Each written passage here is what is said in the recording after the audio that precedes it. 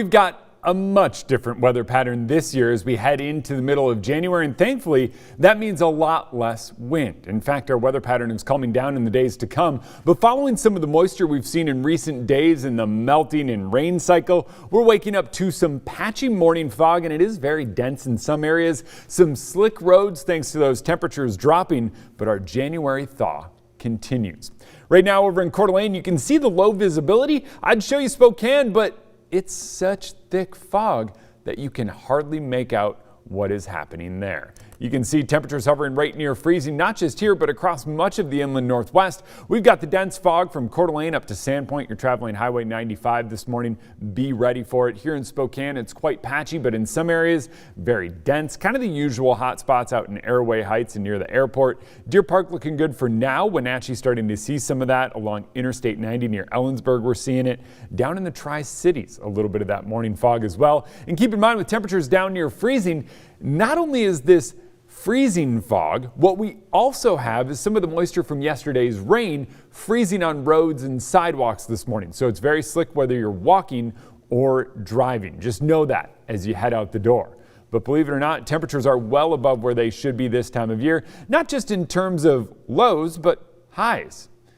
Our daytime high, that's going to be all the way in the upper 30s once again. And in fact, our low this morning is pretty close to our average high temperature this time of year. But notice that sunset. Well, I've got good news for all you sun lovers. I was actually wondering about this, and so since I am, you probably are too. Today's sunrise is at 7:34 a.m. Sunsets at 4:22 p.m., giving us a total of just shy of 9 hours of daylight. And in the next couple of weeks, we will eventually get there.